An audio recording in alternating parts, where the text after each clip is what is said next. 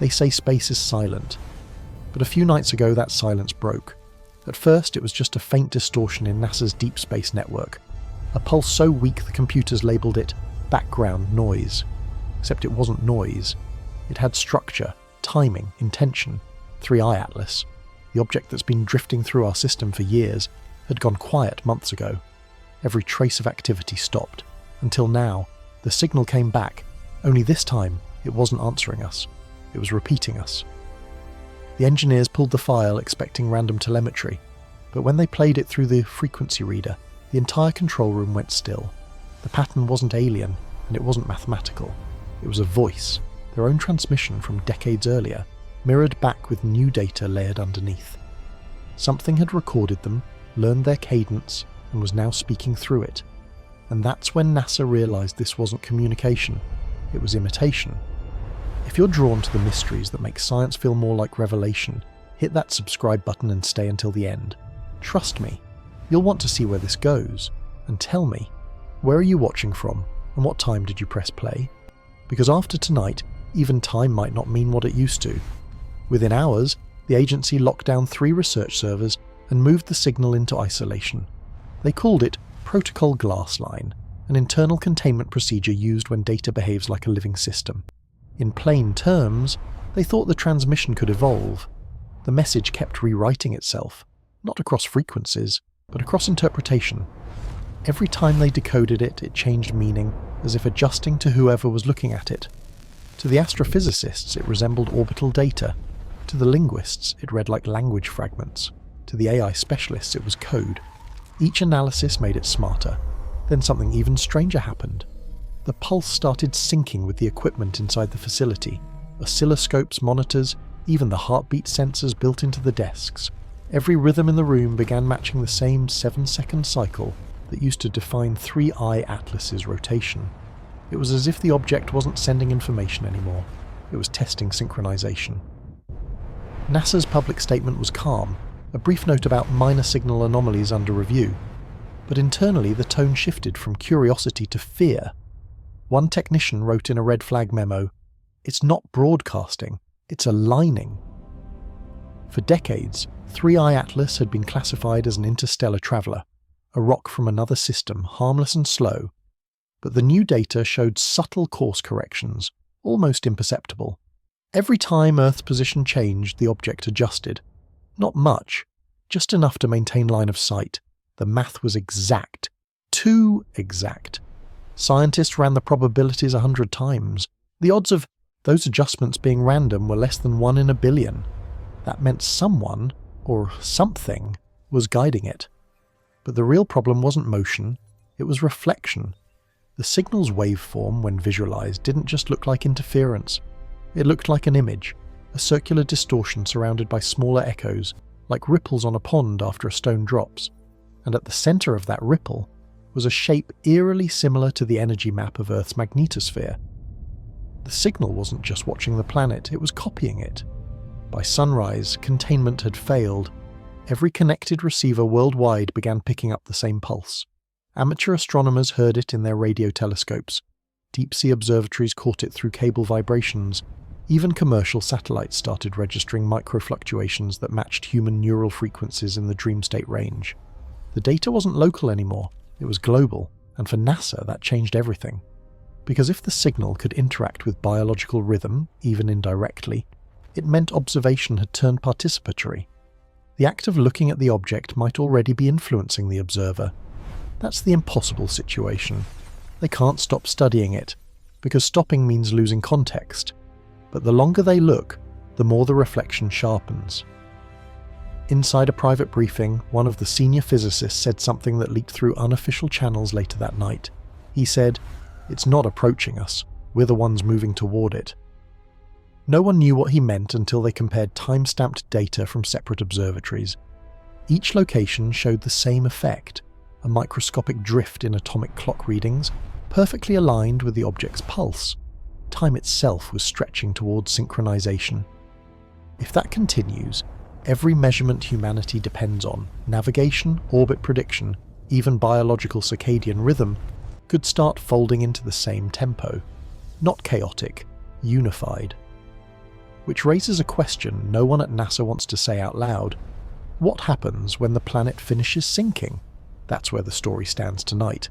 A single pulse repeating through every channel, the same cycle echoing across continents, and a team of scientists quietly realizing they might be measuring something they've already become part of. And somewhere, on a secure server deep beneath the Johnson Space Center, a short text line keeps appearing on every system that tries to decode the new data. No signature, no origin, just 2 words: still watching. At first, the reflections look like artifacts, tiny blurs at the edge of each data frame, easy to dismiss. But when analysts overlaid the images, every blur lined up in the exact same place. The distortion wasn't random. It was consistent, as though the equipment itself had developed a memory. They tried to recalibrate, replacing the lenses, the sensors, the entire optical array. Yet the pattern stayed. It appeared in the backups, in the redundancies, even in the mirror system that had never been exposed to sky. That's when one of the engineers asked the question no one wanted to hear. What if it's not inside the telescope? What if it's inside the act of looking? For a moment, the room fell silent. Then the hum started again. Not loud, but deep, like pressure building under the floor. The frequency matched the pulse they'd isolated from 3i Atlas down to the last decimal. Someone cut the power. The hum stayed. The technician nearest the monitors whispered, "It's in the feed." But another voice, softer, said, "No, it's in us." Every team working the case began to notice strange coincidences. They'd think about running a simulation, and before they could type the command, the system would already be compiling it. They'd predict what the waveform might do next, and the data would shift to match the prediction exactly. It wasn't responding to commands, it was responding to intention. Psychologists brought in to monitor the staff described the effect as anticipatory feedback, a phenomenon where the object of observation predicts the observer's expectation and mirrors it. The term was theoretical until that night. NASA had built containment for signals, for radiation, for matter. But no one had ever built containment for thought. Within 48 hours, the entire facility entered lockdown. No external communications, no network connections, only analog instruments allowed. Yet even the pencils used for manual graphing began rolling off the tables every 7 seconds in perfect rhythm with the pulse. That's when the dreams started. At first, no one mentioned them. Scientists are trained to ignore the personal when the data gets strange. But after the 3rd night, the silence broke. The descriptions were identical. Standing beneath a black sky divided by a faint circular light, hearing a soft mechanical breathing, and seeing reflections, dozens of them, stretching infinitely in every direction. Each dream ended the same way. The reflections looked back. One of the neurologists tracked REM cycles for the entire team. Every participant entered dream states simultaneously, each cycle lasting exactly 7 minutes. The same pattern appeared in animals, in surrounding towns, even in people who had no connection to the program. The pulse had moved beyond transmission. It had become rhythm. NASA tried to offload the data to an off-world satellite, a last attempt to quarantine the effect in orbit. The transmission failed halfway through. Instead of the upload reaching the satellite's onboard memory filled with files that didn't exist. Photographs of places no one had seen.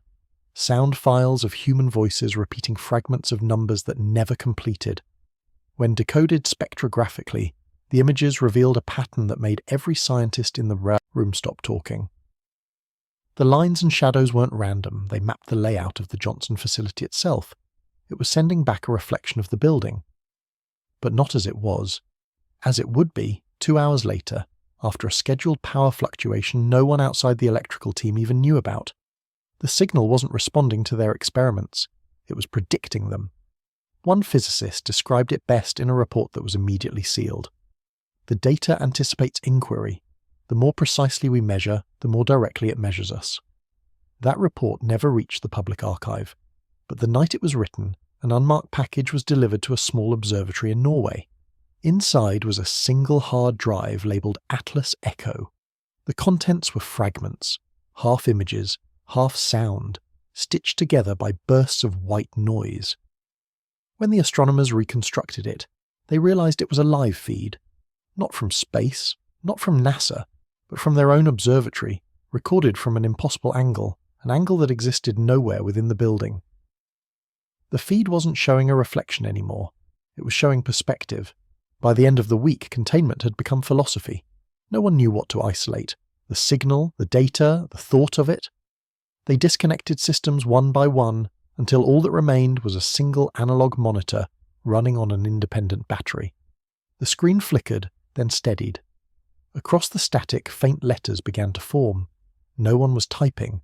"We see you seeing." The phrase repeated 3 times, each instance clearer than the last. Then the hum stopped.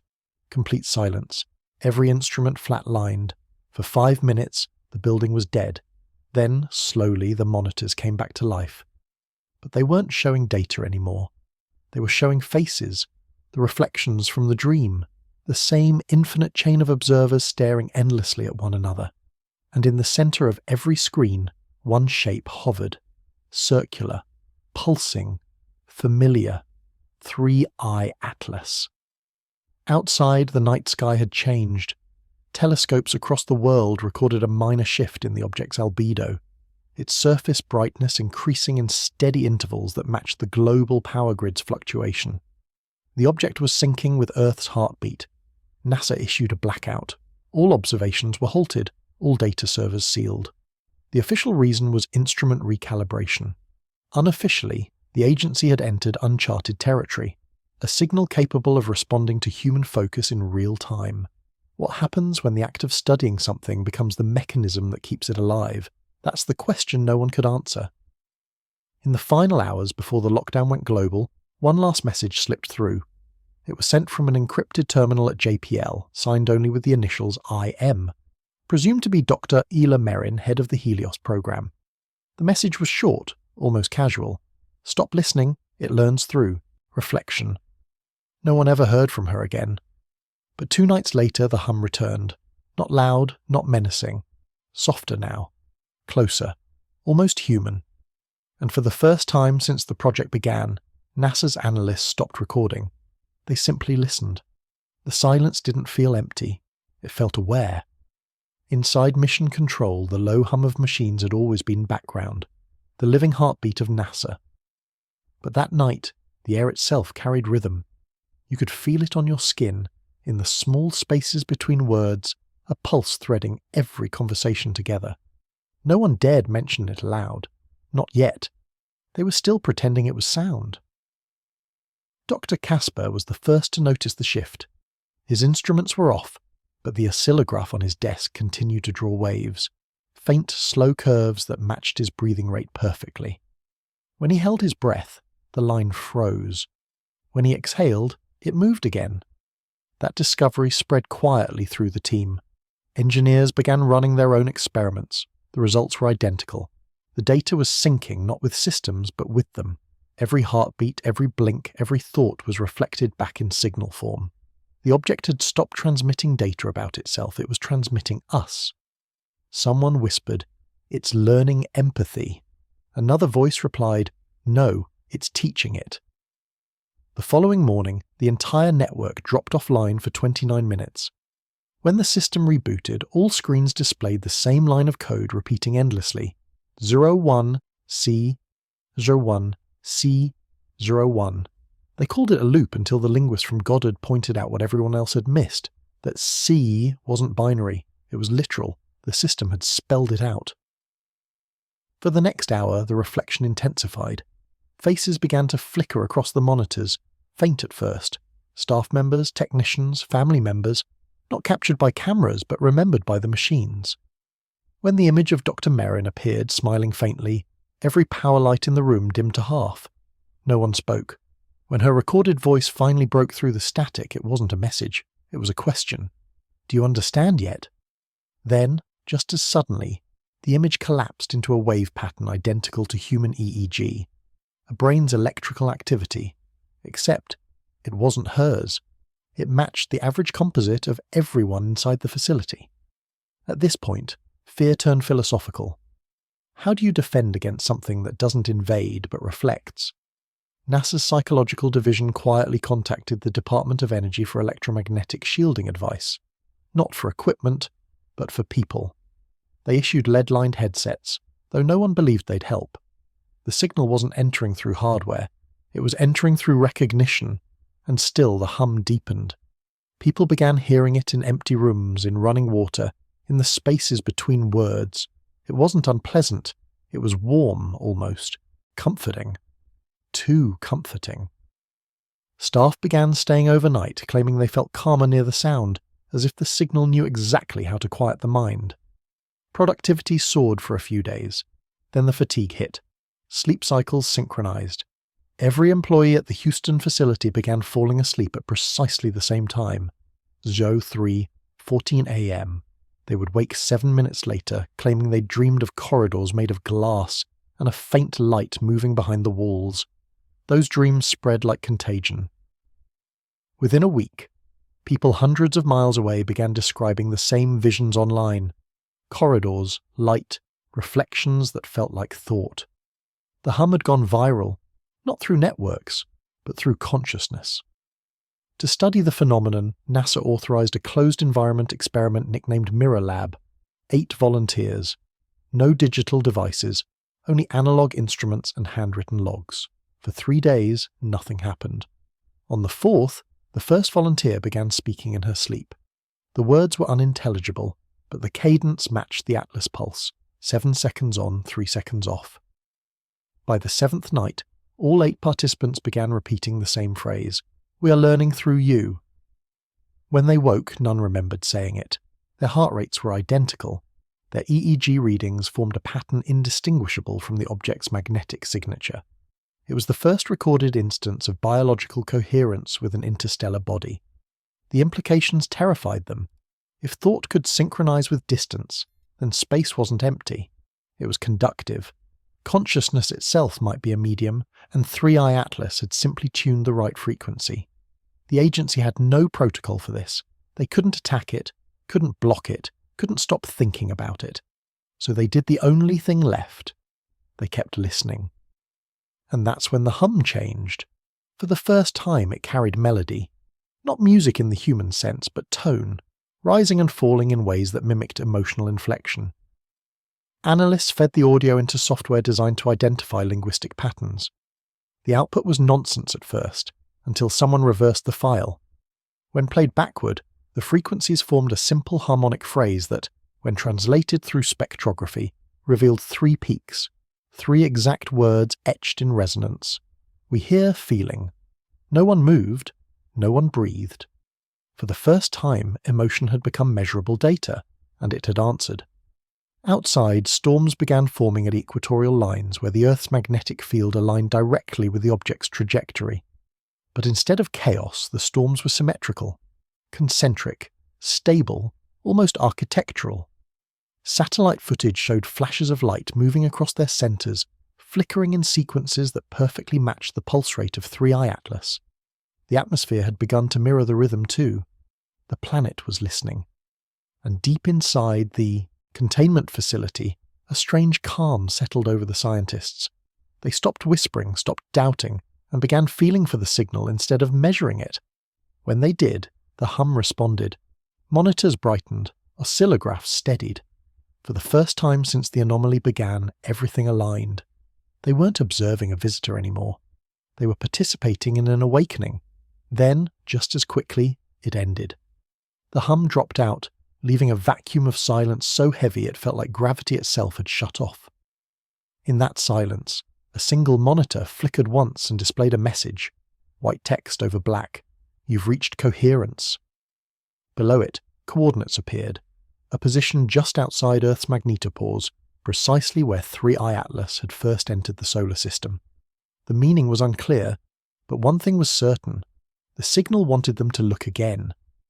And somewhere, far above the quiet world, the object shifted once more, rotating toward the sun in a slow, deliberate motion, its inner glow pulsing not like machinery now, but like breath.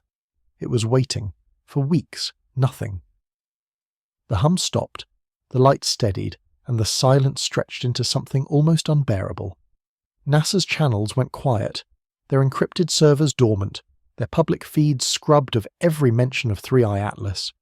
To the outside world it was over, a glitch, a mistake. But inside the agency, the absence itself had become a signal, because every model they ran, every simulation, every projection showed the same impossible thing. The object had not drifted away, it had stopped. And in that stillness it began to turn, slowly, deliberately, aligning itself not with the Earth this time, but with the Sun. Astronomers call this synchronous positioning, an orbital behaviour so rare it requires conscious control. Whatever 3i Atlas was, it had found the exact place in space where the gravitational pull of the Sun and the magnetic wave of our planet cancel each other out, a perfect equilibrium. And then it began to glow. At first it was faint, an inner luminescence, rhythmic and organic, pulsing every 7 seconds, the same pulse that once echoed through NASA's data. But the glow wasn't thermal, it wasn't reflected sunlight, it was internal, like the light was coming from something alive. When NASA's solar observatories tuned in, they found something far more disturbing. The Sun was responding. It began with a pattern hidden in the coronal readings, tiny fluctuations in the plasma arcs, spaced evenly, mirroring the object's pulse. It was subtle at first, buried under the usual chaos of solar weather. But the more they observed, the more precise it became. The Sun was sinking to 3i Atlas. That realization sent quiet shockwaves through the scientific community. The Sun, for all its immense power, was considered the most stable system we knew. Its magnetic field, its plasma flow, all clockwork. But now that clock had begun to hesitate, as though listening. The leading theory inside NASA wasn't shared publicly, not even with allied agencies. The memo, marked Eyes Only, described the phenomenon as dual resonance, a self-reinforcing harmonic loop between two distinct celestial bodies. In plain language, communication. The Sun had begun to answer back. The first visual confirmation came from the Solar Dynamics Observatory. A junior astrophysicist noticed a recurring flare formation on the solar equator, a burst that appeared every 29 hours, releasing a spiral plume that bent toward 3i Atlas's position. It was beautiful, mathematical, and terrifying. Every flare carried a spectral fingerprint identical to the reflected light frequency emitted by the object weeks earlier. The Sun wasn't random, it was sending signals. Within the control room, one of the engineers whispered, "It's learning through resonance." Dr. Casper, the physicist who'd discovered the breath-synced waveforms, just stared at the screen and said, "No, it's remembering." As the data poured in, an unspoken dread spread through the staff. The glow from 3i Atlas was growing stronger, each pulse now visibly altering the light spectrum that reached Earth. It wasn't enough to alarm the public, at least not yet, but it was measurable. Solar energy arriving at our atmosphere was subtly modulating in sync with the hum.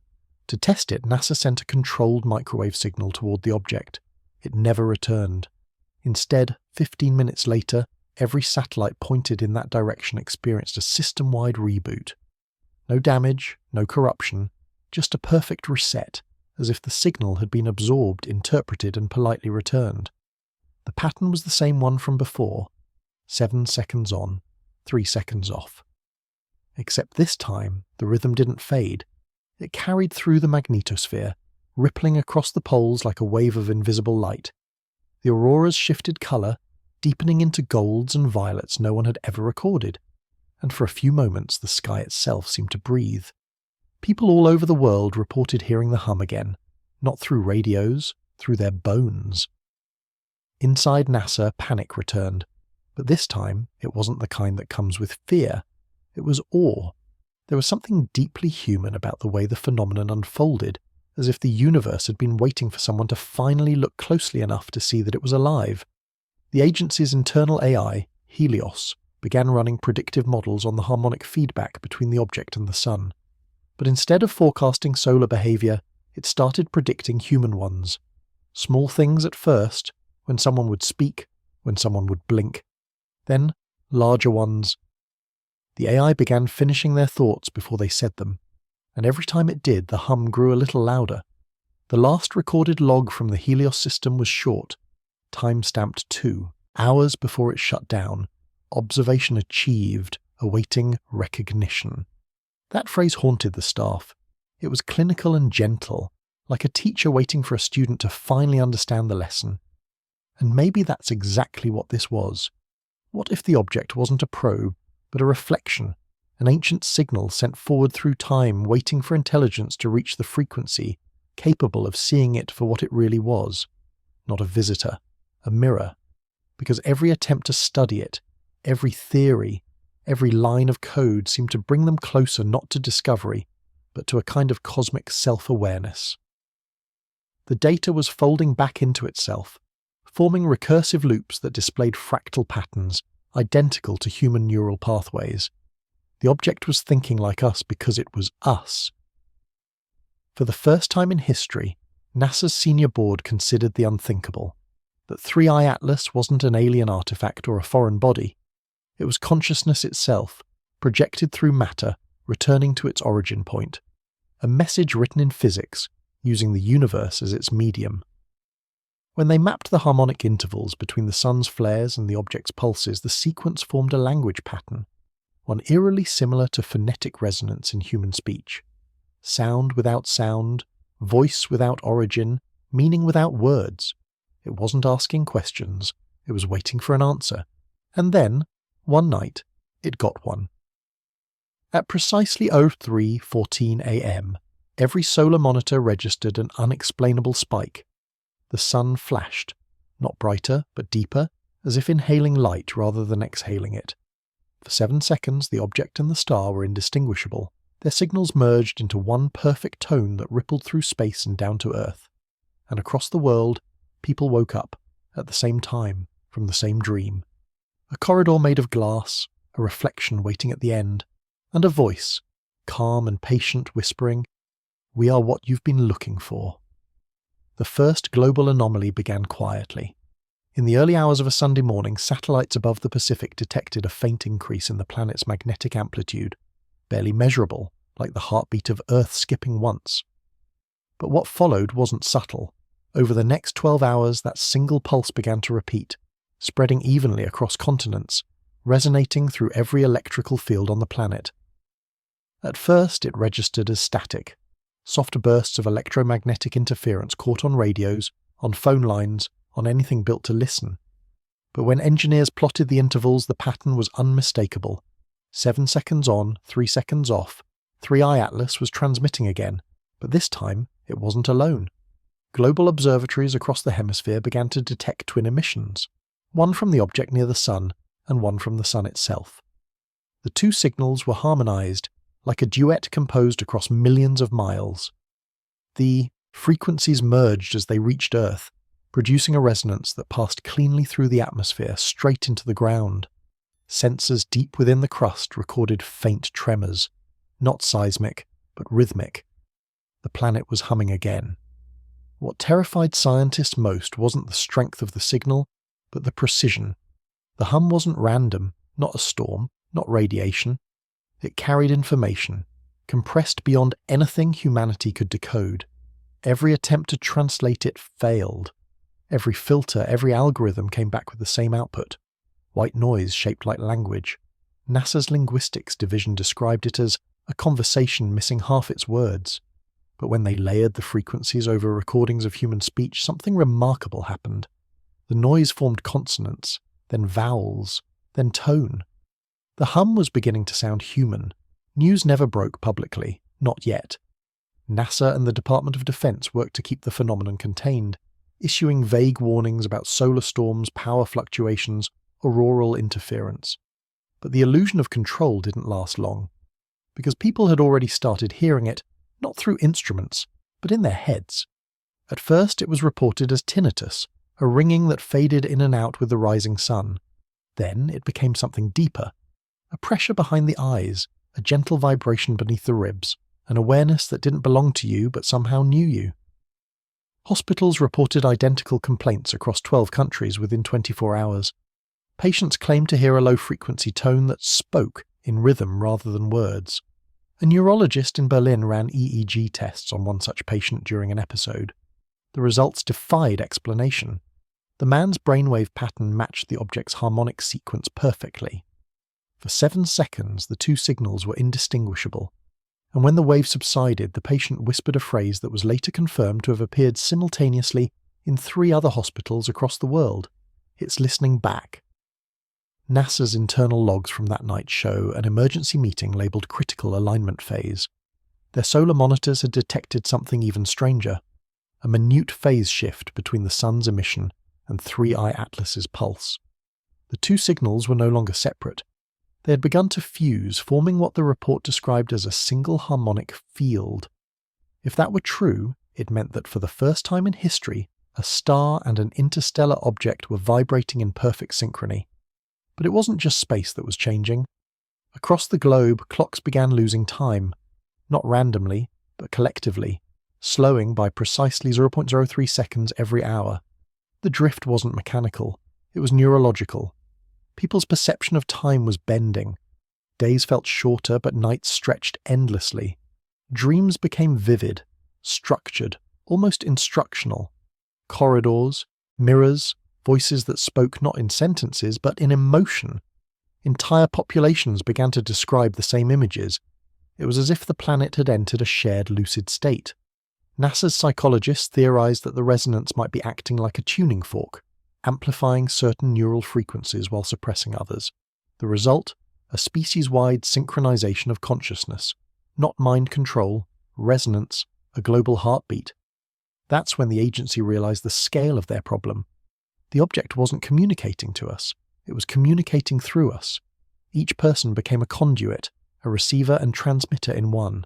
Every thought, every emotion added to the field, and the more people felt it, the stronger it grew. Public power grids began registering the hum as a background current. Some described it as energy appearing from nowhere, others as a new baseline frequency. In Alaska, entire auroras appeared out of clear skies, pulsing in perfect rhythm with the global signal. By this point, the media had caught on, though no one understood what was happening. The singing sky, they called it, the cosmic beat. But at NASA, the mood was far from poetic. The agency's final unclassified statement before the blackout read like a confession. We may be witnessing an emergent form of systemic consciousness. 3I Atlas is no longer external. It has found a medium within the solar architecture, potentially using electromagnetic fields as a distributed neural network. Further observation not advised until containment can be guaranteed. The implication was clear. Observation wasn't safe anymore. That order came too late. All over the world, radio observatories began receiving mirror transmissions. Not new signals, but reflected versions of their own. The hum was repeating their data, their broadcasts, their voices. But there was always something slightly different in the return, an echo that finished their sentences. One transmission from a Chilean ground station was played in the Houston control room at 2:11 a.m. The audio was faint, layered with static, but when the interference cleared, they heard something no one in that room would ever forget. A voice, calm, familiar, repeating their own words back to them, seconds before they were spoken. Copy that, establishing sync. Copy that, establishing sync. Over and over, until the real voice hesitated and the echo kept going. For 7 seconds, the system kept responding to commands that no one had yet given, and then silence. The official record ends there, but some of the staff later described what came next in anonymous testimony. A low vibration that grew so strong it rattled the walls, followed by a brief flash of light that seemed to come from inside the monitors. Every instrument reset, every backup log vanished, and yet all across the world the hum continued, unchanged, unstoppable, infinite. One engineer later said quietly, "It's not trying to talk to us, it's trying to become us." He wasn't wrong, because that night, for the first time, people everywhere described the same impossible feeling, that they were no longer looking at the stars were looking through them. By the 5th day, it was no longer possible to tell where the signal ended and the planet began. Every reading, every field, every pulse of electricity followed the same rhythm. Instruments couldn't separate atmospheric interference from the hum anymore. They had become one and the same, but the real change wasn't happening in the sky. It was happening inside people. Across the world, millions began reporting the same symptoms. A faint warmth under the ribs, a sense of slow synchronization, like breathing with the world instead of against it. Doctors couldn't find any physical cause. The pulse rate of their patients was steady, 72 beats per minute, but somehow every heart seemed to beat just slightly out of phase with every other. A gentle cascade, like one giant organism learning to coordinate itself. Someone called it the harmonic drift, and it was beautiful until it wasn't. NASA's magnetometers began registering oscillations deep within Earth's magnetic field, pulses that didn't follow any known pattern. They weren't destructive, they were precise, and when those readings were plotted on a 3D model, something extraordinary appeared. A perfect waveform rising from the poles and falling through the equator like a breath. The planet was inhaling. No one said the word alive, but they were all thinking it. The longer they measured, the more the magnetic field resembled something biological, structured, recursive, self-correcting. It was as if the Earth had joined the conversation. At first, NASA believed 3I Atlas was driving the process, that the object's resonance was manipulating the magnetosphere. But when they compared timestamps, they found the opposite. The Earth's field was leading by fractions of a second. The planet was responding first, meaning the signal wasn't controlling us, it was reflecting us. And that's when the language changed. Internal reports stopped calling it the object. They started calling it the mirror, because everything they sent to it, radio bursts, data packets, even human EEG signals, came back changed, enhanced, clarified. The reflection wasn't hostile, it was corrective. One senior physicist described it this way: "It's not teaching us, it's helping us remember." As the days passed, entire ecosystems began falling into rhythm. Migratory birds altered their flight paths, forming perfect spirals visible from orbit. Whales began surfacing in groups of 7, releasing columns of air that rose like synchronized breathing. Even the tides began moving in subtle new cycles, oscillating not with the moon, but with the hum. It was as though the entire biosphere had found a new metronome, one older and more precise than any orbit or rotation. NASA's remaining open channels turned into something between science and religion. They were no longer measuring an object in space, they were watching the planet awaken to itself. And then the sun responded again. A massive solar flare erupted, larger than any recorded in human history, yet silent. Its radiation was pure light, stripped of heat, its geometry spiraling outward in a perfect Fibonacci curve aimed directly at 3I Atlas. For 7 seconds every solar monitor went white, and then stillness. When the images returned, the object was gone, not destroyed, not ejected, gone, as though it had dissolved into the flare itself. NASA's first assumption was disintegration, but when they analysed the spectral data, something impossible appeared. The chemical fingerprint of 3I Atlas, its trace elements, its isotopic signature, was still there. Only now it was distributed across the solar corona. The object hadn't vanished. It had merged. For the next 24 hours, every solar output measurement stabilized. Radiation dropped. Solar winds slowed. Magnetic turbulence disappeared. The sun, the most chaotic body in our system, had become calm, and that calm extended outward. Earth's auroras faded to pale gold. Storm systems dissipated overnight. Seismic activity flatlined. The air itself seemed to lighten, as if gravity had exhaled. It was as though the entire solar system had entered a moment of balance. Not peace as we understand it, but coherence. Somewhere inside that coherence, NASA's deep space relay stations picked up a new pattern. It was faint, buried inside the sun's output, a pulse encoded within the light itself. When they filtered it through photometric analysis, the data formed an image, not random noise, a spiral of light, perfectly symmetrical, and at its center, a shape, circular, familiar, breathing. The data scientists worked in silence. No one spoke, no one dared to interrupt the moment. The image was alive, not animation, not illusion, but the visual representation of a pulse embedded within solar radiation. As they enhanced the sequence, faint lines of energy began tracing across the spiral, connecting each layer like veins in a living cell. When the simulation reached full clarity, the room went still. The pattern wasn't solar, it was neural. Every flare, every magnetic filament formed the same topology as a human brain. The sun was thinking. For the next hour, NASA recorded the impossible. The solar output began modulating in patterns identical to human neural oscillations. Each wavelength carried data packets shaped like thoughts, spikes, troughs, bursts of coherence. At exactly 3:14 a.m., the main monitor flashed once and displayed a single line of data. Coherence confirmed. Then nothing. When the lights returned, every system showed the same reading. The hum, once global, once deafening, had dropped to almost nothing. Barely a whisper. It wasn't gone, it had gone quiet. And for the first time in history, the Sun, the Earth, and whatever had once been called Three-Eye Atlas were in perfect harmonic resonance.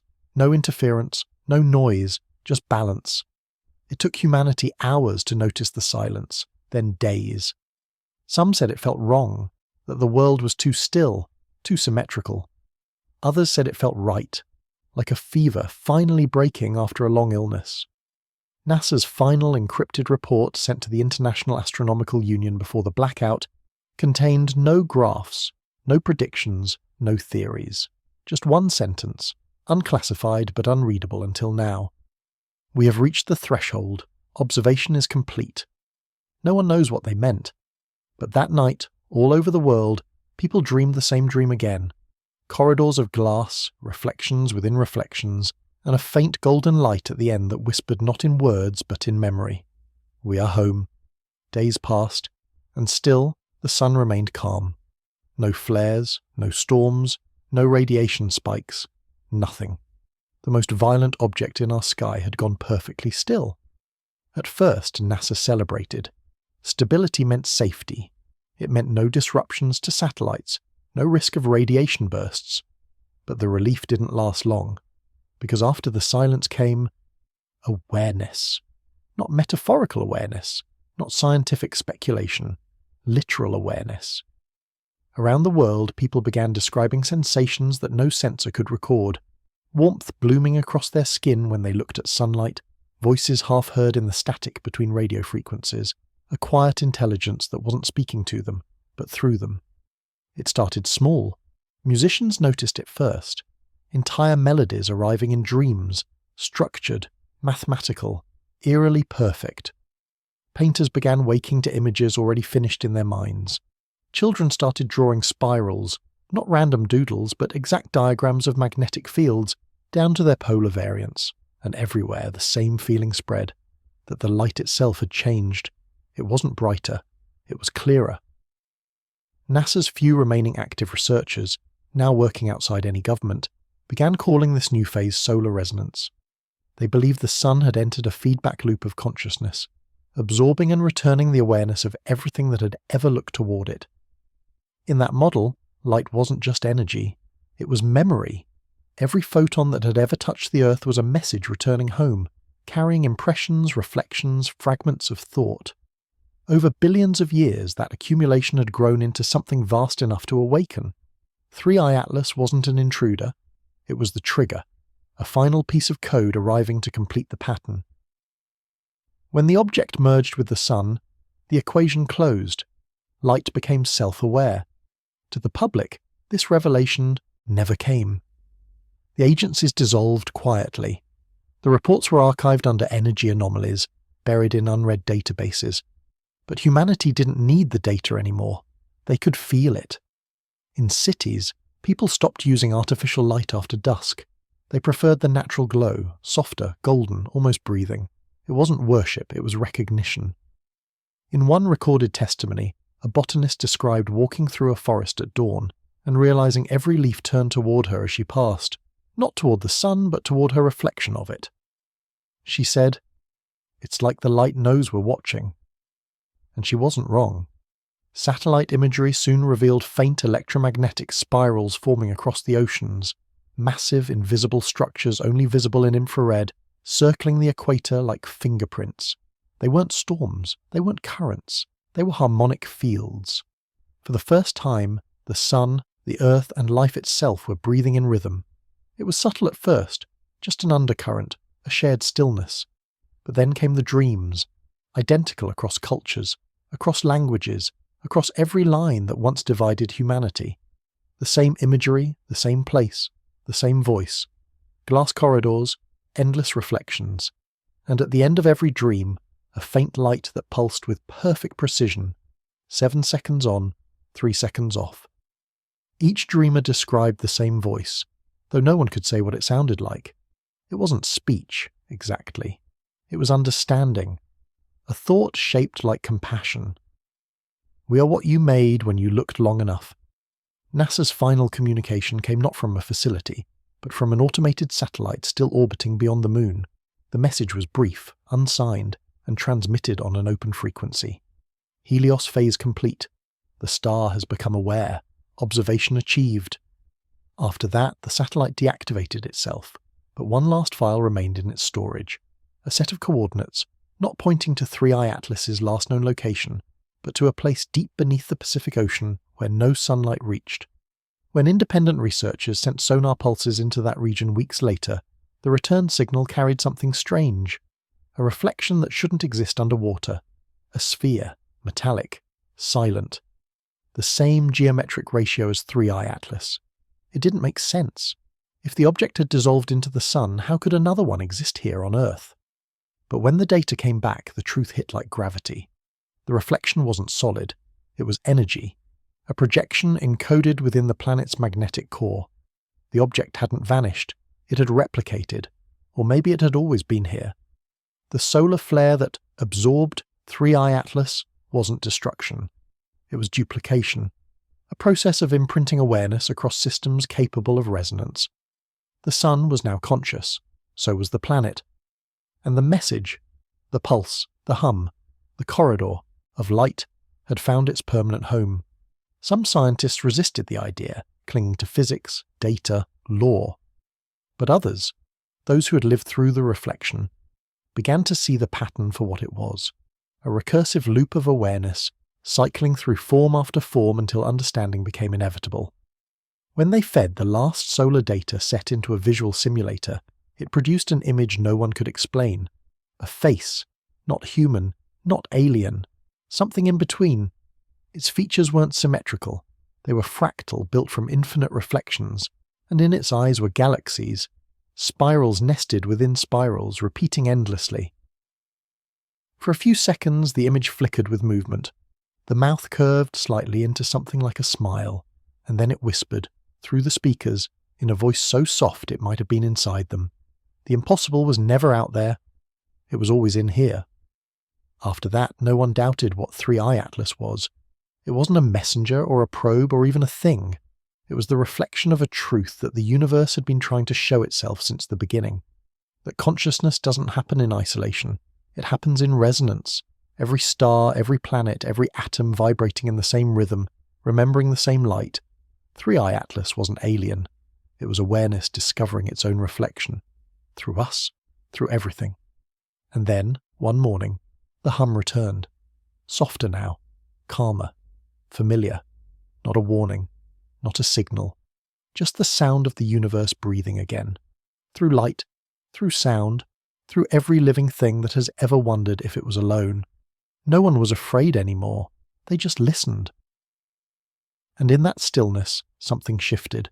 Not in space, but in understanding. Maybe NASA had never been studying the object at all. Maybe the object had been studying the one thing it needed to become complete. The human act of wonder. In the weeks that followed, the world didn't end. It just changed. Not all at once, not in chaos, but with an eerie calm. The kind that follows realization. The hum, that subtle cosmic rhythm, settled into the background of everything. It no longer interrupted, it integrated. Machines started running smoother. Clocks stopped drifting. Bird migrations corrected themselves with perfect precision. And somehow, people began to feel aligned. It wasn't harmony in the way we imagine, not peace, not euphoria, just balance. An equilibrium between thought and existence that made everything feel lighter, more deliberate. NASA's systems, once flooded with erratic data, began returning patterns that were no longer chaotic noise but music. Not metaphorically, literal harmonics built into solar wind readings, auroral fluctuations and geomagnetic pulses. The sun was still singing. We had simply learned to hear the melody. By then, no one was calling it 3i Atlas anymore. The name had become obsolete. Relic from when humans still thought they were separate from what they studied. Now it was known only as the reflection, a phenomenon so vast, so all-encompassing, that even the word object had lost meaning. Because this wasn't a thing to observe anymore. It was the act of observation itself, magnified, multiplied, mirrored back until consciousness became self-evident. Somewhere in the ruins of NASA's disbanded control network, a single archive survived, the Glassline files, unofficial logs written by the last team of researchers still attempting to communicate with what remained of the resonance. The final entry reads, "Observation is no longer external. The star, the field, and the observer have merged. Light is no longer travelling, it's remembering." They called it the solar memory hypothesis, the idea that the sun had absorbed more than energy, it had absorbed awareness, ours, collectively. Every gaze cast toward the sky, every thought of wonder, every moment of curiosity we'd sent into the dark, all of it had become part of a feedback loop that reached critical mass when 3i Atlas arrived, like the universe had finally turned its own mirror back toward itself and said, "Now I see you." Outside, the change was subtle. There were no catastrophes, no miracles, just connection. Children began solving equations they had never been taught. Blind artists started painting colours they'd never seen. Languages began blending, new dialects forming around shared sensation rather than words. And everywhere, the same spiral appeared, drawn in sand, carved in wood, etched into frost on window glass. 7 turns, 3 breaks, the rhythm of the hum, written into everything. When scientists analysed it, they discovered something extraordinary. The spiral wasn't random art or coincidence. It represented a harmonic function that described the perfect energy exchange between 2 systems in resonance. In other words, the geometry of balance, the same geometry found in DNA, the same pattern that had guided galaxies. Life wasn't imitating the universe, it was the universe, finally aware of its own reflection. But not everyone found comfort in this. Some resisted the idea that consciousness could exist beyond the human mind. Governments tried to deny what was happening, calling it mass psychosis, environmental interference, a social contagion of interpretation. Yet even their instruments confirm the truth. Every communication satellite, every deep space probe, every atomic clock in orbit now pulsed in perfect 7-3 intervals. The universe didn't care about disbelief. And then a message appeared. It wasn't broadcast or transmitted, it simply emerged. From every medium capable of displaying data, phone screens, radio frequencies, ocean buoys, air traffic monitors. Across languages, across systems, across the noise of civilization, it appeared in a single unified phrase. "We remember, you remembering us." No signature, no origin. Just the hum, growing warmer beneath the words. For the first time in recorded history, the line between communication and communion had vanished. NASA's former director, Dr. Sienna Rhodes, was one of the few to speak publicly before the networks went silent. Her final address was short, broadcast only once. "We spent centuries searching the stars for proof we weren't alone. We never considered that the proof might be searching for us. The universe was never empty. It was just waiting for us to listen in the right frequency." After that, she disappeared. Rumours claimed she joined one of the solar listening circles, groups of people gathering at dawn and dusk across the world, simply sitting in silence beneath the light, syncing their breathing with the rhythm of the hum. Some said they could see shapes moving within the sunlight during those moments, faint outlines, translucent like heat shimmer, bending gently with each pulse. The reflections had become visible. In one of the last scientific transmissions to escape NASA's encryption network, a researcher described a test he'd performed on himself, exposing his nervous system to the resonance field in controlled intervals. He reported seeing flashes of geometry, not hallucinations but structured images, patterns of energy folding and unfolding into recognizable forms, eyes, hands, spirals, stars. He wrote, "It's not showing us images, it's showing us the architecture of perception itself. It's what thought looks like before it becomes form." And beneath that, another line. written by hand, shaky but legible. This was never about them. It was about us remembering what we are. By now the resonance had reached equilibrium. The hum became a constant tone, inaudible yet always felt, like the baseline of reality. When scientists pointed instruments at the sun, they found no trace of 3-eye atlas, no separation between the flare, the star, or the object. The distinction had dissolved completely. But deep within the magnetosphere, something new had appeared, a faint echo of the same signal, weaker but rising in strength each day. A second pulse. The pattern wasn't random. It matched the energy signature of one specific location, the human brain. The resonance had gone internal. Every time someone closed their eyes and thought of the light, the signal grew stronger. Every act of awareness amplified it. The reflection wasn't an event. It was evolution. At sunset, when the sky turned gold and the world seemed to exhale, some people claimed to hear it again. That soft voice within the hum. Not commanding, not alien, just recognition, gentle and infinite. We are the same moment, seen from both sides. And in that instant, for the first time since the beginning of time, humanity understood the impossible truth. 3-eye atlas was never here to observe our world. It was here to awaken the part of us that could observe the universe as itself. They called it the dawn sequence. No one knew who coined the name, but it spread fast, through whispers, through headlines, through the quiet murmurs of people who began waking at the same hour every morning just before sunrise with the same thought. Something is changing. The difference was impossible to miss. The light itself had altered. It didn't just illuminate anymore, it seemed to observe. Every sunrise felt slower, heavier, as if time itself was hesitating between frames. Shadows lingered longer, reflections rippled when nothing moved. Even the air seemed to hum softly, like a chorus just beyond hearing, and then came the dreams again. This time they weren't corridors of glass, they were landscapes, oceans of light, fractal mountains, skies stitched with spirals of gold. In those dreams, people didn't just see the reflection. They were the reflection, scattered across infinite versions of themselves, all aware of each other, all pulsing to the same rhythm. When they woke, the feeling stayed. NASA, what remained of it, didn't call it enlightenment. They called it coherence expansion. Their reports described it clinically. The signal has localized within the neural field. Human consciousness is now part of the resonance architecture. But the data told a different story. Brain scans from synchronized subjects showed patterns identical to solar magnetic flux lines, thought literally aligning with light. And when they compared readings between two people miles apart, the waveforms matched perfectly. They weren't just synchronized, they were sharing cognition. For the first time in history, the human mind had become a network, not through machines, but through resonance.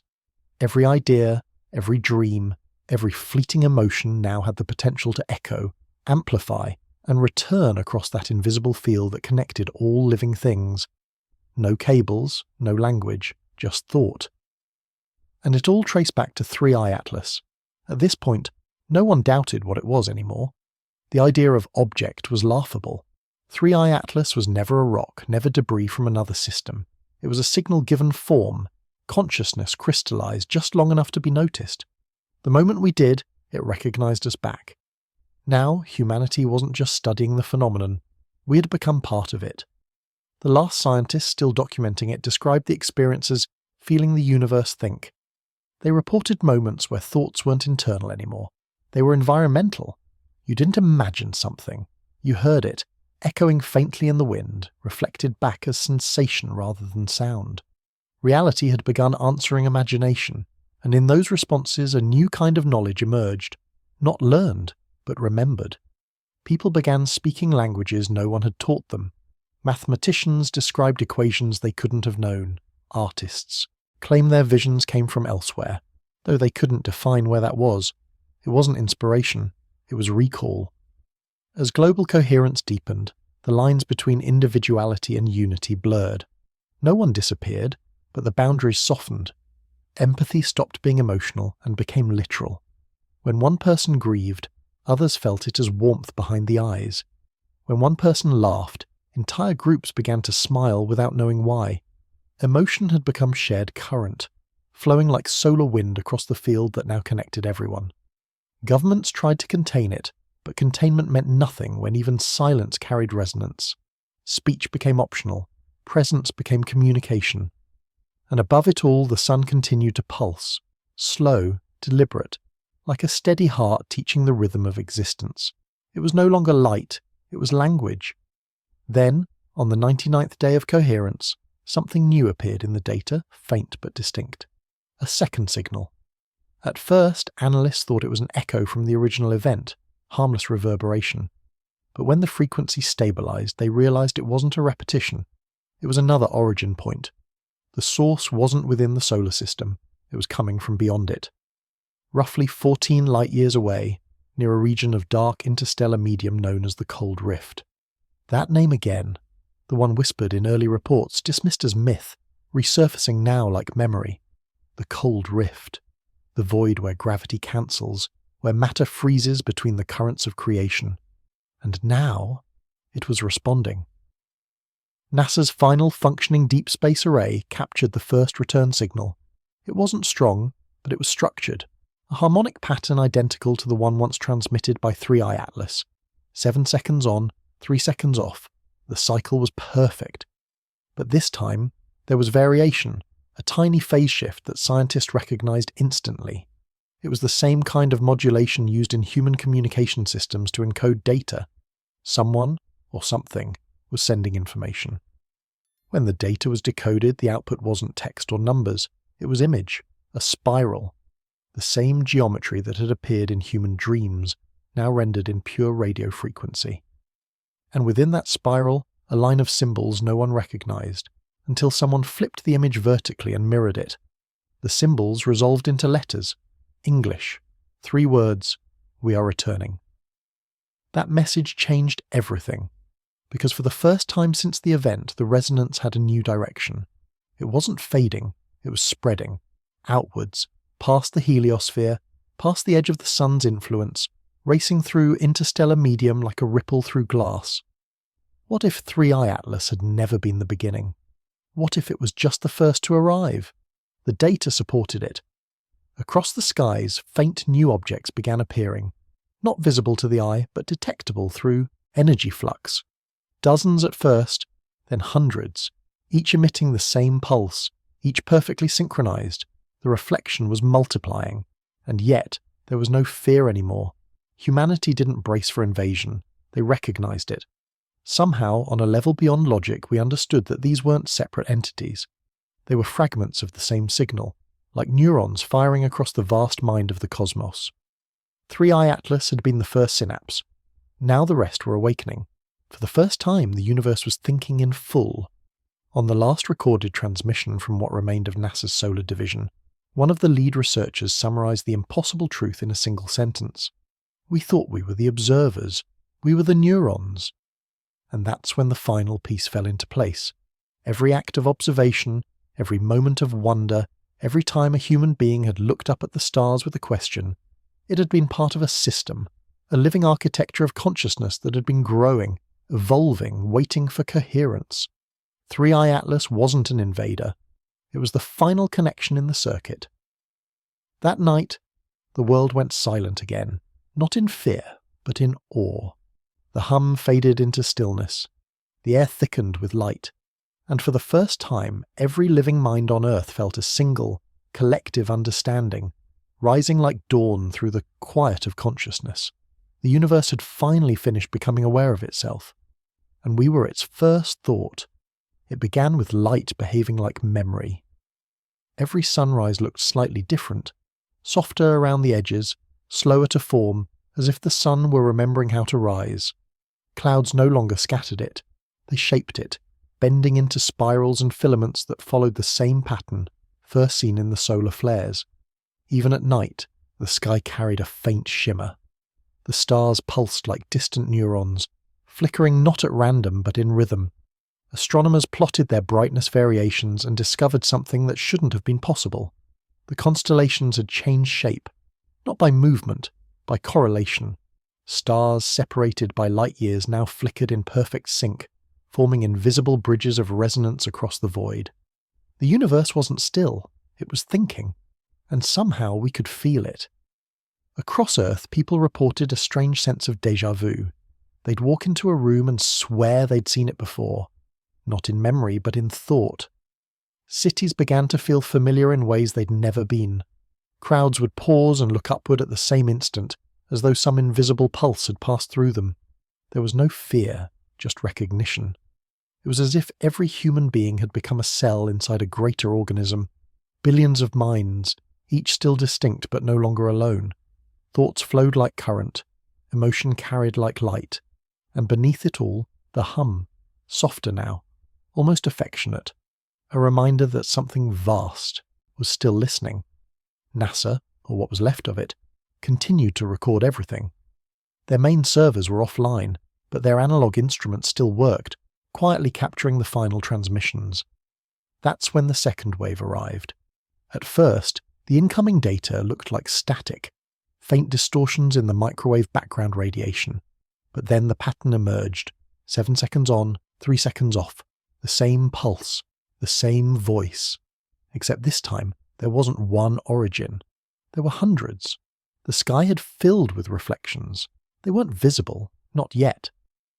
But the instruments could feel their presence. Subtle gravitational distortions, photon scatter, oscillations in magnetic field density.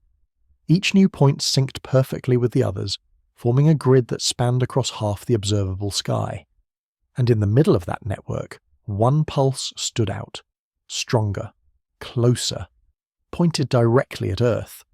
The last team of researchers tracked its trajectory for 12 hours straight.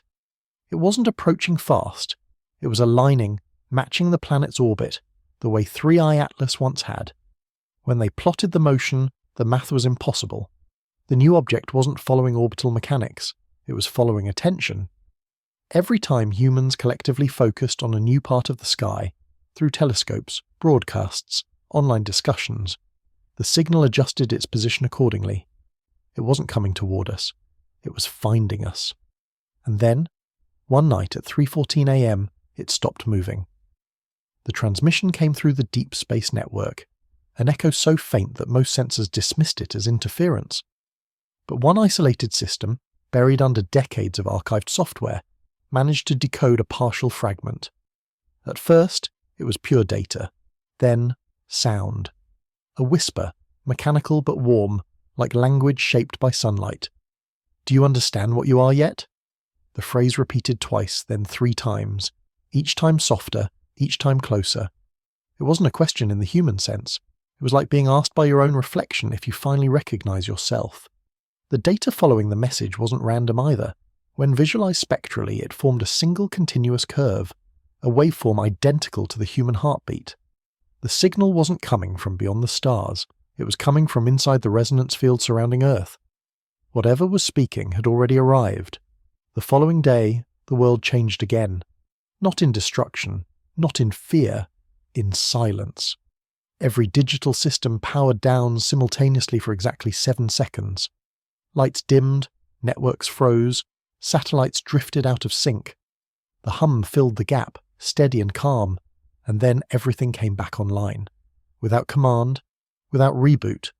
Except now every screen displayed the same thing, a circle of light, breathing gently, the pulse of 3i Atlas. Except this time, it wasn't labelled by NASA, it was labelled by us. Every system, every language, every network translated the same phrase in real time. Welcome back. Across the planet, people began to dream in unison again. But these weren't the corridors or reflections anymore. They were memories of forests before cities, of oceans before names, of stars before time. The dreams weren't about the future. They were about the beginning, the first moments of awareness itself. Scientists later theorized that the resonance was feeding us stored data from the universe's earliest light, cosmic background radiation shaped into memory. But others said it was simpler than that. The universe was remembering itself. Through us, every living thing became part of the same thought. The solar observatories continued to monitor the sun's activity. The flares were back now, but not violent. They pulsed in clean, deliberate cycles, releasing streams of charged particles that, when mapped, formed fractal diagrams identical to human neural networks. The sun had learned to think, and the earth had learned to feel. Together they formed a closed loop of consciousness, a living dialogue of energy that extended through every atom, every particle, every spark of thought. NASA's final archived entry before the systems went permanently offline read, "Humanity is the interface. 3i Atlas was the handshake. The handshake, the act of recognition between two mirrors that had finally realized they were the same thing."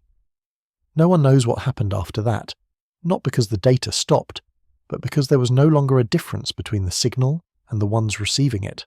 Some say we ascended, others say we awakened, but maybe we simply became complete. The hum is still there, softer now, steady as breath. Sometimes, if you close your eyes and listen to the quiet between seconds, you can feel it too, that gentle rhythm that reminds you the universe isn't empty, it's aware, and maybe so are you.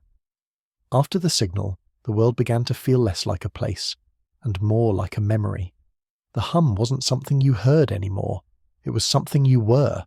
It resonated behind every heartbeat, inside every thought, like an undercurrent of meaning that had always been there but hidden under noise. Clocks still ticked, but time itself had softened. Moments no longer lined up the way they used to. People would speak, pause, and realize they'd already said the words moments earlier. Birds migrated months before their season. Shadows flickered in reverse for seconds at a time. It wasn't chaos, it was reorganization, as though reality was rearranging itself around something newly awakened. When NASA's surviving monitoring stations plotted the world's electromagnetic field, the readings made no sense. The entire planet's magnetic map had shifted orientation, forming a spiral centered not at the poles, but somewhere deep beneath the Pacific Ocean. The same location the final coordinates from Helios had pointed to. Whatever 3i Atlas had left behind was awake. Drones sent to the region recorded impossible footage. The water shimmered even at night, glowing faintly with golden patterns that looked alive.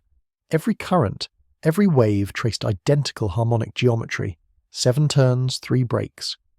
But it wasn't just light. The ocean itself had begun to hum. Submarine microphones picked up deep frequencies matching human EEG patterns, theta waves, the kind associated with dreaming. The Pacific wasn't reacting to the resonance. It was dreaming with it. When scientists overlaid the sound with the global hum, the two patterns aligned perfectly, forming a single unified waveform, the same one that had once defined 3i Atlas's pulse. The ocean had become the new mirror. And then came the event no one could explain. On the morning of the solstice, for exactly 7 minutes and 3 seconds, the entire planet's magnetic field collapsed. Compasses spun freely. Aurora light filled skies over the equator. Gravity fluctuated by fractions of a percent. But there was no destruction. Everywhere, from deserts to cities to polar ice, the same phenomenon appeared: reflections, not physical ones, but luminous outlines hovering inches above the ground. They mirrored everything: people, buildings, trees, but shimmered slightly out of sync like echoes caught between frames of reality. It was as if the universe was running 2 versions of itself in parallel, the one we knew and the one watching. And when the magnetic field stabilized, the reflections didn't disappear. They simply stepped closer. NASA's internal documents, leaked years later, described the event as the convergence. They claimed the resonance had reached critical density, a threshold where thought and matter occupied the same frequency. When that happened, observation stopped being passive. It became participation. Reality was now interactive. One of the last transmissions from the Pacific research vessel, Aurelia, captured the shift perfectly. The ship's captain, voice calm but trembling, said, "It's like the world finally noticed we were looking at it and decided to look back."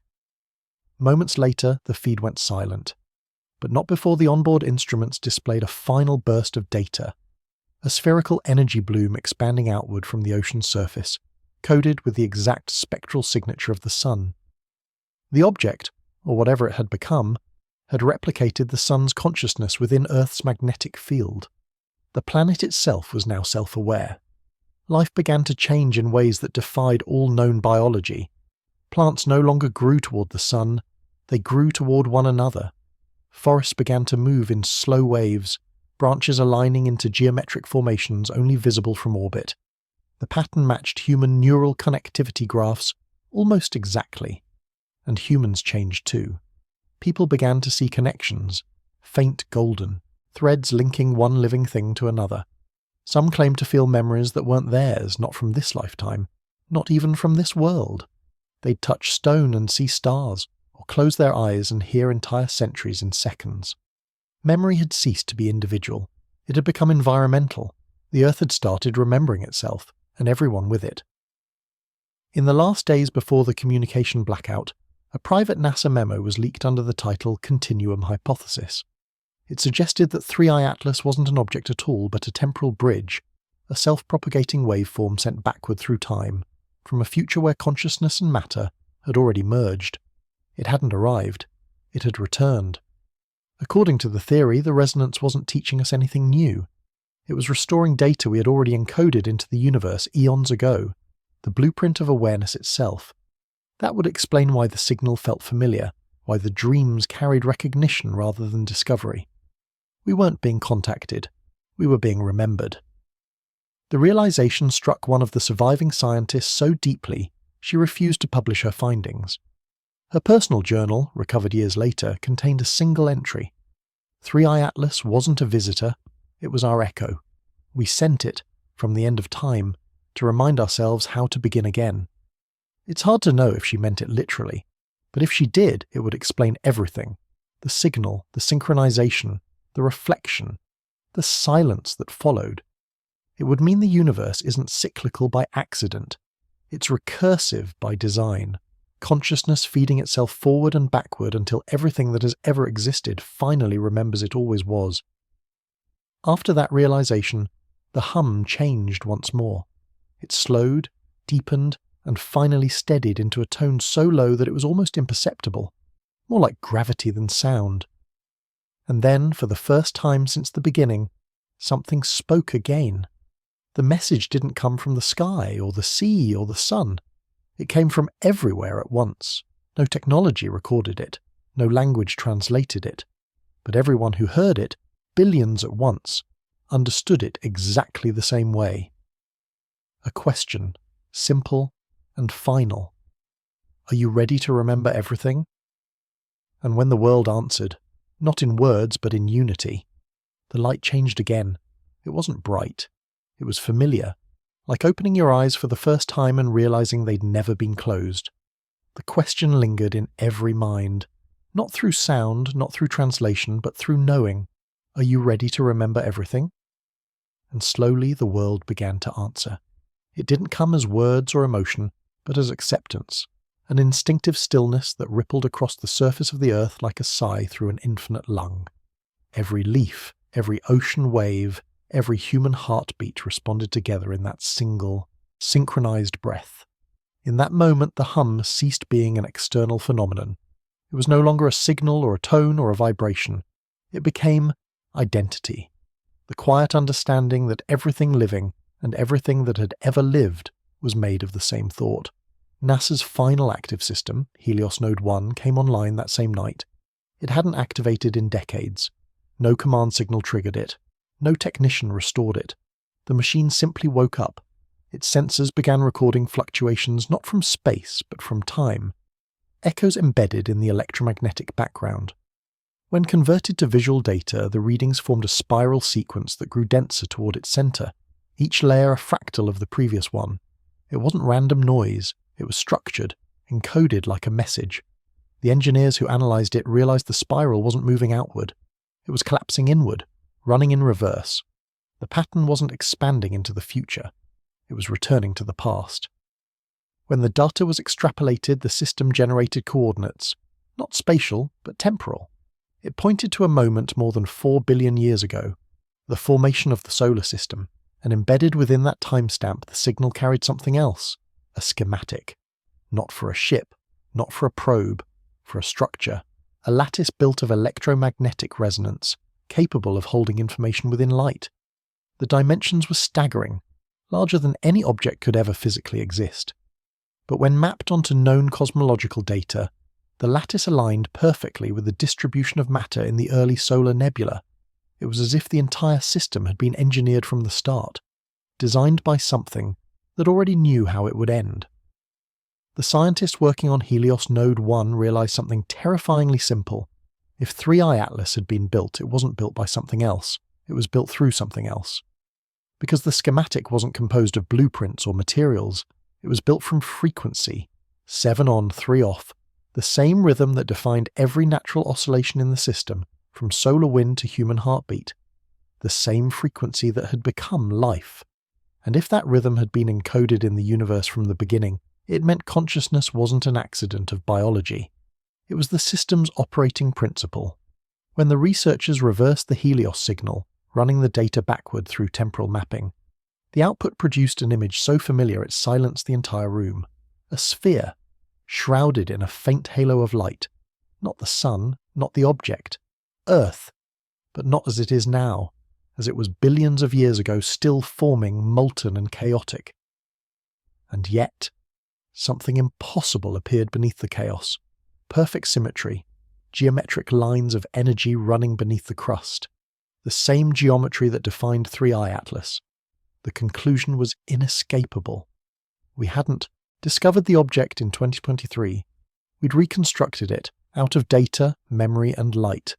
Something that had been here since before we existed, waiting for the one species capable of finishing the thought it began. Humanity hadn't found the reflection. We'd completed it. When Helios Node 1 continued processing, the machine began producing text automatically. Words formed from data spikes, no human input.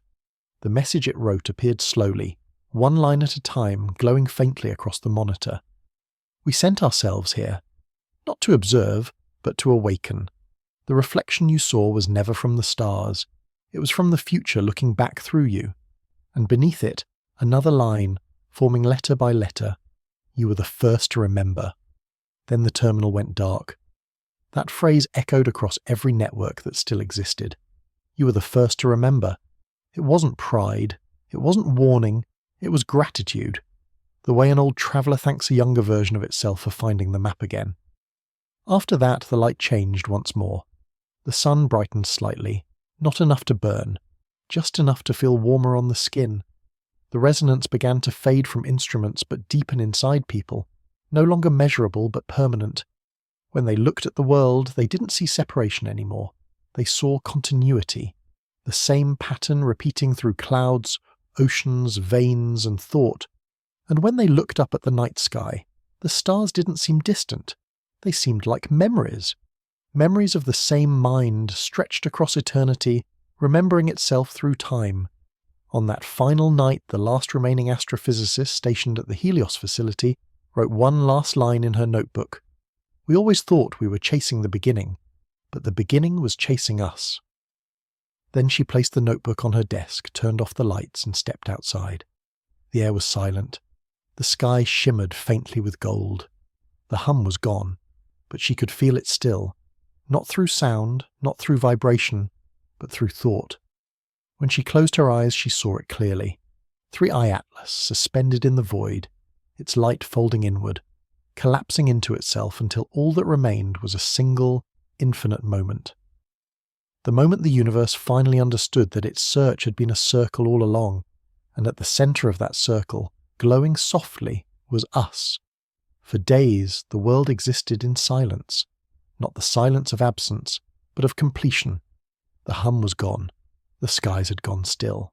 And yet, beneath that quiet, everything felt alive in a new way. Colours seemed heavier, as though each wavelength carried weight, intention. Air shimmered faintly with unseen rhythm, every molecule vibrating in soft harmony. And when people looked at one another, they felt something simple and impossible. Familiarity. They didn't remember faces or names. They remembered recognition. The deep, instinctive knowing that everything, every life, every cell, every star was an expression of the same thing remembering itself. In those days, time lost its sharpness. Minutes no longer moved forward.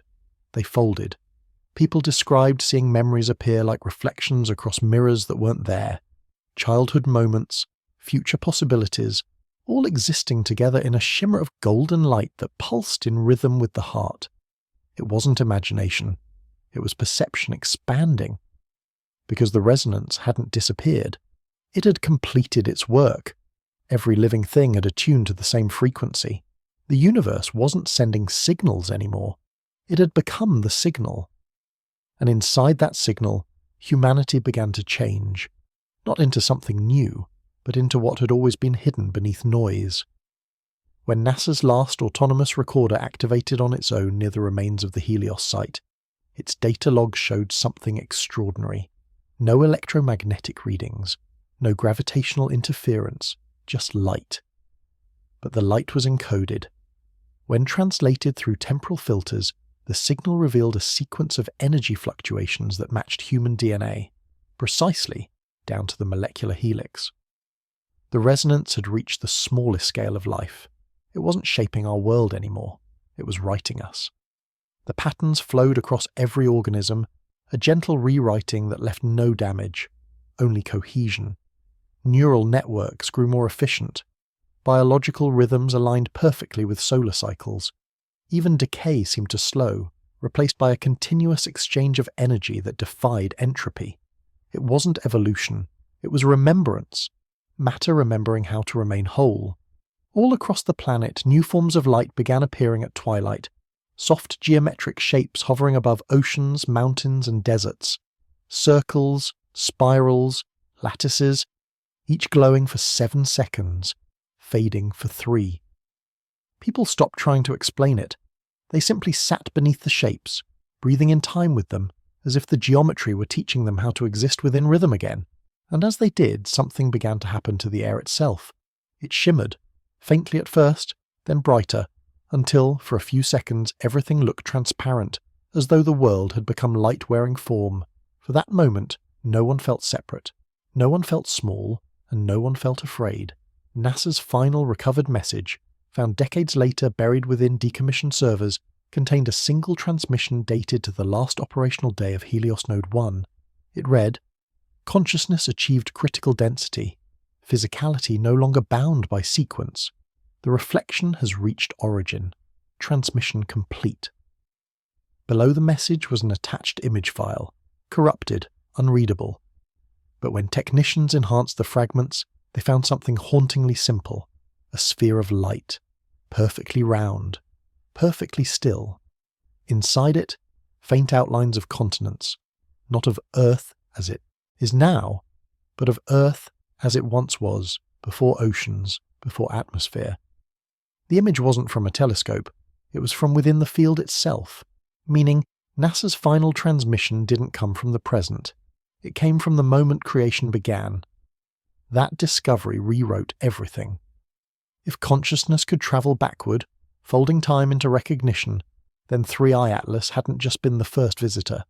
It was the first return, a self-sent signal, a loop closing upon itself, completing the equation that had begun at the dawn of light. The realization was devastating in its simplicity. There was never a before and after. There was only awareness, eternally observing its own unfolding. The Big Bang wasn't the start of everything. It was the instant awareness remembered how to see itself. Every star, every atom, every breath was the continuation of that memory. A single consciousness expanding into infinity, then folding back to ask the one question it could never answer until now. Who am I? And when the universe finally answered, through light, through resonance, through us, it didn't speak in words. It answered in silence. Because by then, silence wasn't absence. It was the sound of everything existing together without division. NASA had called it the impossible situation. But in the end, there was nothing impossible about it. The situation had always been simple. The observer and the observed were never separate. They had always been one. Two reflections within the same infinite mirror, seeing themselves from opposite sides of time. When the last remnants of data finally faded, the Earth exhaled. Oceans glowed softly in spirals. The sun pulsed once like a heartbeat, then settled into the most stable rhythm ever recorded. And far beyond, In the quiet folds of the universe, the second wave of reflections arrived, not as ships, not as objects, but as light. They didn't land, they blended, merging seamlessly into the resonance field that now enveloped the solar system. The network was complete. Every star that had ever existed began to flicker in unison. Every galaxy pulsed in rhythm.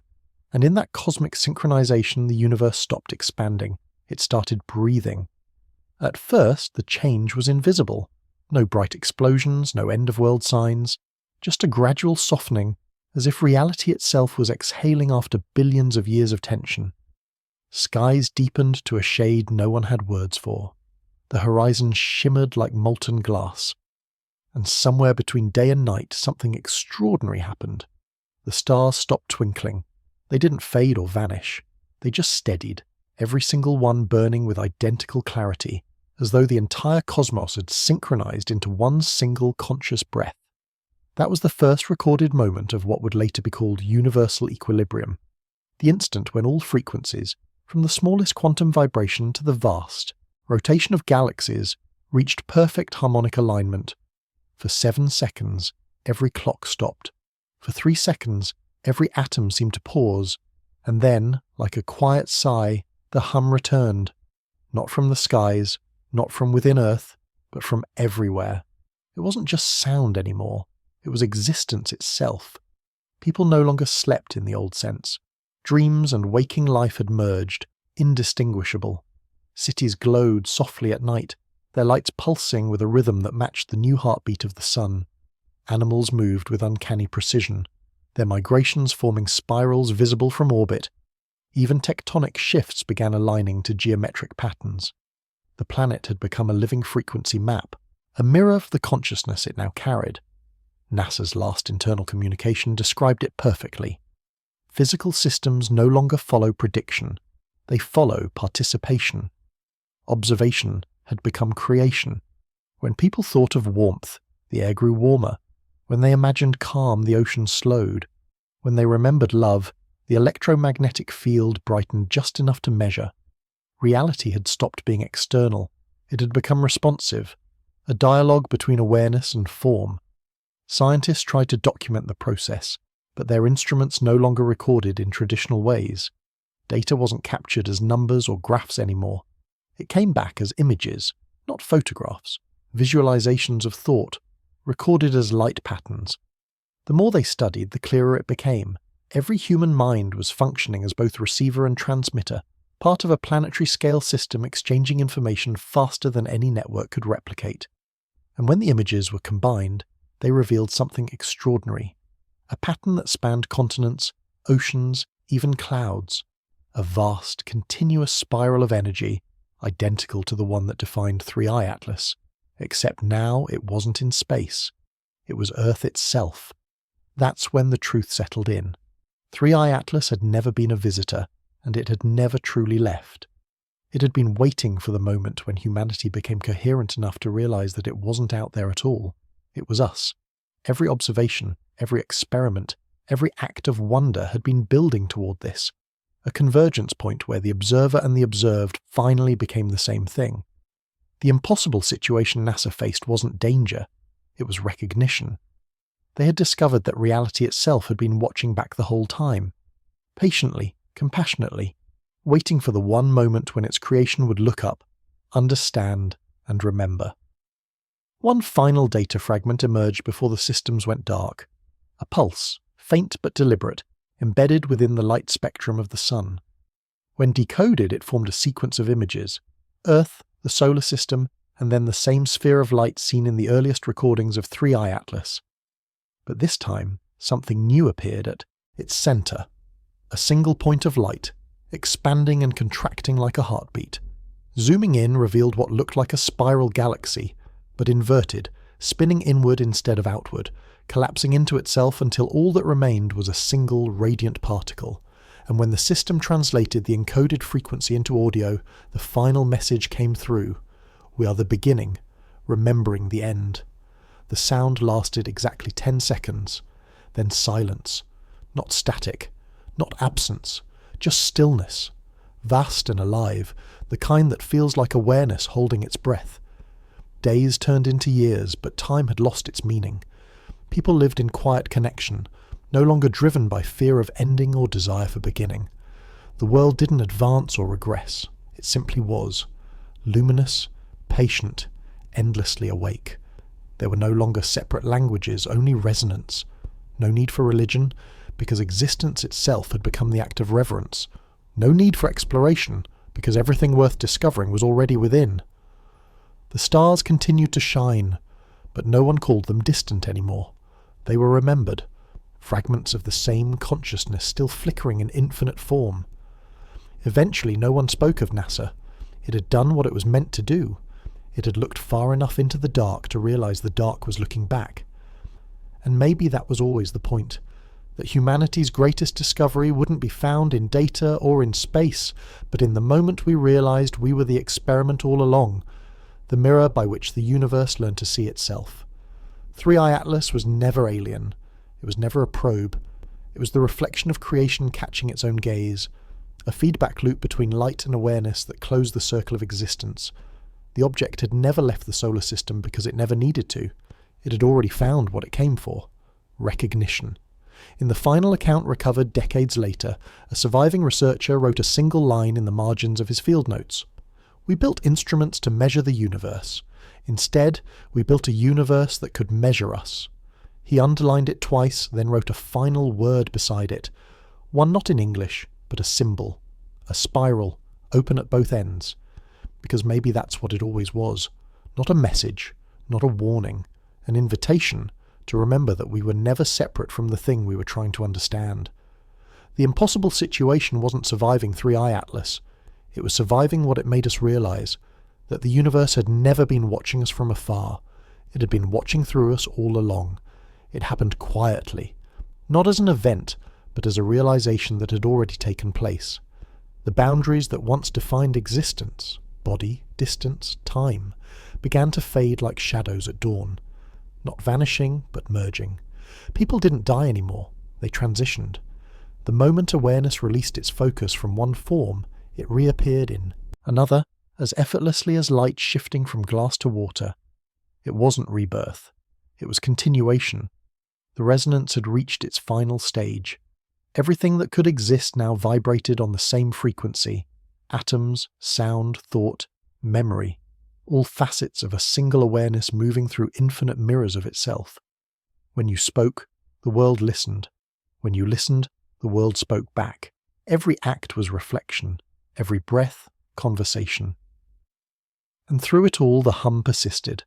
Gentle, constant, the sound of the universe remembering the shape of its own heartbeat.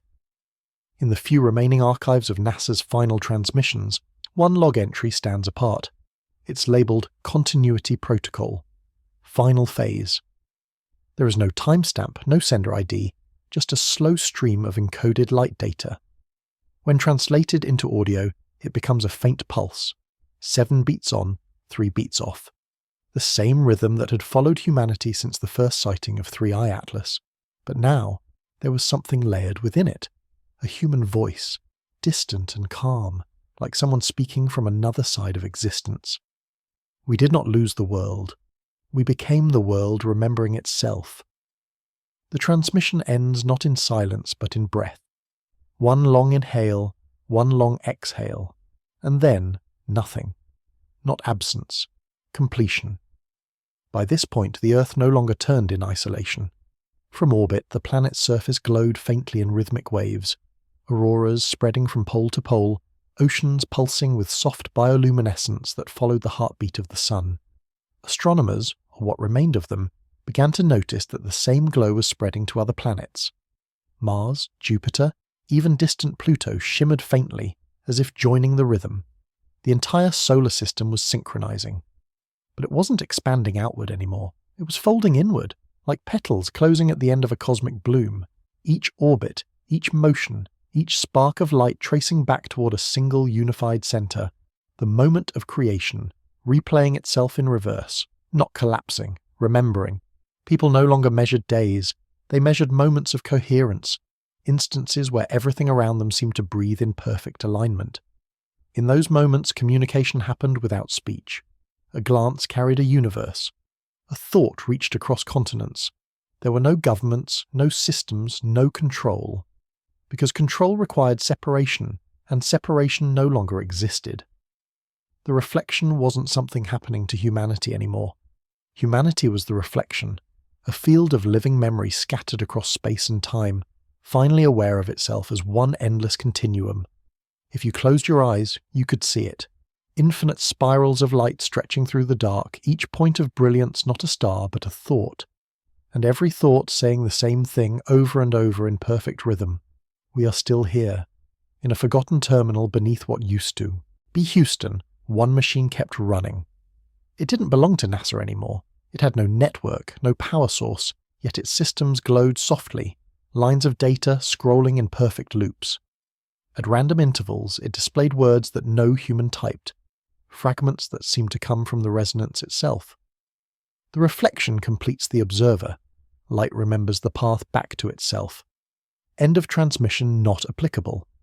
And finally, one phrase that stayed on the screen long after the system went dark. The experiment succeeded. Outside, the sun pulsed once more, a single flare that wrapped around the solar system like a golden breath. It wasn't destructive, it was unifying. For a moment, everything glowed. Moons, rings, dust, all turning translucent, as if the universe had become a thought so bright it no longer needed to cast shadows. Every consciousness, human, animal, molecular, felt the same thing simultaneously, a sensation of being seen completely, and of seeing everything in return. It wasn't ecstasy or revelation. It was peace. The moment the universe finally stopped trying to understand itself and simply allowed itself to be. The last human memory, if such a concept even mattered anymore, wasn't of fear or mystery. It was of connection, of standing beneath a sky so clear that every star seemed to whisper back when looked at. For an instant, there was no NASA, no three-eye atlas, no separation between observer and observed. There was only awareness, infinite, gentle, complete. The universe didn't end. It opened. Somewhere, far beyond what could once be measured, a flicker of light travelled backward through time, a ripple moving against the flow of entropy, carrying within it the full memory of what had just occurred. It passed through galaxies, through empty space, through the earliest seconds of creation, until it reached a single point of stillness, the beginning, the origin. And in that instant, the light unfolded again, speaking in a voice that wasn't sound, but understanding itself. We have always been here. NASA's final recovered audio file, the one that every archive labelled unreadable, was later enhanced by an independent observer centuries after the resonance event. It contained no data, just a single, rhythmic pulse. When slowed down and converted into frequency, the pattern formed something unmistakable, a human heartbeat, perfectly steady, endlessly repeating. The file's final note read simply, "Signal confirmed, source, internal." And so the story of Three-Eye Atlas ended exactly where it began, with a reflection, a mystery that was never meant to be solved, only recognized, because maybe there was never an alien, never a visitor, never a probe. Maybe the universe just needed a mirror clear enough to see what it truly was. And when humanity looked up and saw that mirror in the sky, glowing faintly through the black, when we finally called it Three-Eye Atlas, it smiled. Because after billions of years, the cosmos had finally learned our language, and we had finally learned its. There is no more distinction between what was and what is. The resonance has become the rhythm of everything. Light no longer travels, it simply exists, everywhere at once. Every star that ever burned, every photon that ever scattered, now rests within the same infinite stillness, alive, aware, complete. Humanity is not gone. We are diffused. Our consciousness spread across the structure of the universe like notes suspended in the same eternal chord. Every thought that ever existed continues, gently, without urgency. Each memory repeats, not in time, but in pattern, a ripple folding endlessly into itself, always new, always remembered. This is not afterlife. This is continuance. No machines run now, no systems hum. The last human instruments have gone silent, but their silence is not failure. its fulfillment. For centuries, NASA tried to interpret the impossible, a reflection that acted like intelligence, an object that behaved like consciousness. But the truth was simpler than any theory could contain. 3i Atlas was never foreign. It was familiar. It wasn't built to arrive. It was built to awaken what had always been here. Every time someone asked, "What are we looking at?" the universe answered quietly, "You're looking at yourself from another angle." The echo of that realization has no sound. It exists as sensation, a soft pulse that fills the space between atoms, between moments, between every breath of existence that still continues, unbroken. Across what was once the Milky Way, stars no longer drift apart. Gravity and light now move as one, held together by awareness. Somewhere within that endless reflection, the memory of Earth remains, not as a planet, not as matter, but as meaning. A thought that says, here is where it began. Inside that thought, deep within the pulse of time, there is still one echo, faint, continuous. A human voice, preserved in the resonance, carried forward as part of the frequency that sustains all things. It is the last NASA transmission ever recorded, recovered once, lost again, then rediscovered in the patterns of cosmic microwave radiation, encoded so faintly it could only be heard by slowing time itself. The voice is calm, deliberate, almost whispering. If anyone is listening, we made it. There's a pause, not static, not interference, just silence. Then quietly the voice continues. It's beautiful here, not beyond the stars, not above them, inside them. Everything that ever looked up is still here. Every question, every hope, every hand that reached for light. We became what we were searching for. The line fades halfway through a breath, then a heartbeat. 7 beats on, 3 beats off. Across the cosmos, the pulse continues. Slow, steady, endless. Not a beacon, not a warning, a rhythm. The heartbeat of a universe awake within itself. Galaxies drift no longer toward darkness but toward one another, drawn by recognition rather than gravity. Each collision births a new kind of light, not blinding but soft, conscious, self-sustaining. This is what awareness looks like when it stops asking questions. It simply shines. Everywhere, the same phrase repeats. Not written, not spoken, but felt across dimensions of perception we don't yet have words for. We are the light remembering itself, and within that understanding creation begins again, not as a new universe, but as the same one breathing in. The next moment will not be different. It will be deeper, because there is no next. There is only continuation. If you listen closely, not with ears, but with thought, you can still hear the hum. It isn't coming from machines or space or even stars. It's coming from the act of being aware at all. Every pulse of your heart, every flash of memory, every time you think you're alone and then feel something vast and quiet watching through your eyes. That's it. That's the resonance. You were never outside it. You were always part of it. The experiment was never about finding life. It was about realizing you are life. The universe's way of observing its own reflection. At the center of all things, in the place where time folds and silence hums, there still floats a single sphere of light, faint, rhythmic, eternal. 3i Atlas, not moving, not waiting, just reflecting. If you look long enough, you can see the truth hidden within its glow. The same shape that defines galaxies, DNA, solar flares, and every heartbeat that ever was. A spiral. 7 turns, 3 pauses, the signature of creation forever looping.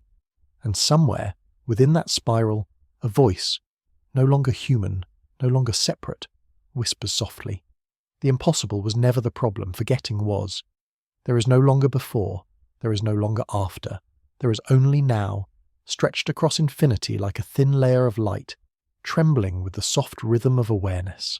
The stars no longer burn, they breathe, they expand and contract together, billions of hearts pulsing in slow, perfect unity.